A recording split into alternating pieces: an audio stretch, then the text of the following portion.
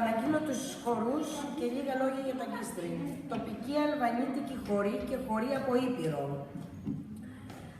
Το Αγκίστρι είναι ένα καταπράσινο νησί του Αργοσαρενικού. Έχει έκταση 15 τετραγωνικά χιλιόμετρα και καλύπτεται από το 80% πράσινο.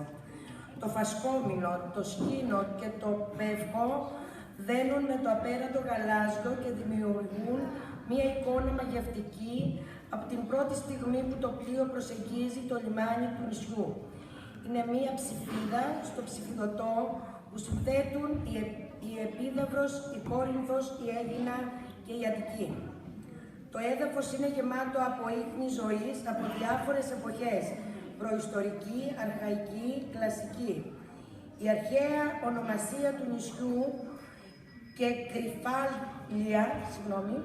και Κρυφάλια και η ιστορία του, μία ιστορία προσφυγίας και διασποράς. Αλβανίτες πρόσφυγες με επίσημη ιστορία, την ίδια τη ζωή τους. Βασικό τους ρούχο, η φούστα, ολόσωμο ρούχο με ανοιχτό μπούστο και πολλές σούρες και στο ποδόγυρο να μπαίνει πολύχρωμη υφαντή μπορντούρα, υφασμένη στο αργαλιό. Πάνω από τη φούστα φοριώνται ελαφριά μπόλκα και ποδιά από ελαφρύ λουλουδάτο ύφασμα. Στο κεφάλι πάντα το κίτρινο αλβανίτικο μαντίλι. Έδεσε την ευπρέπεια όλου του ρουχισμού.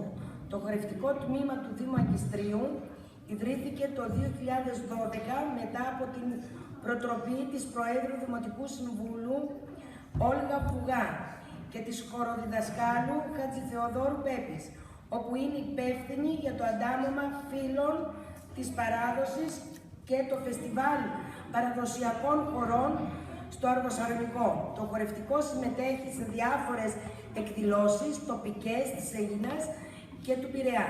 Σήμερα θα μας παρουσιάσουν τους τοπικούς χορούς του Αγκιστρίου, αλβανίτικους και υπηρώτικους, με την τοπική αγκιστριώτικη φορεσιά, χαρακτηριστικό κομμάτι της περιοχής Don Dambres, που σημαίνει τράβα τις κοτσίδες σου.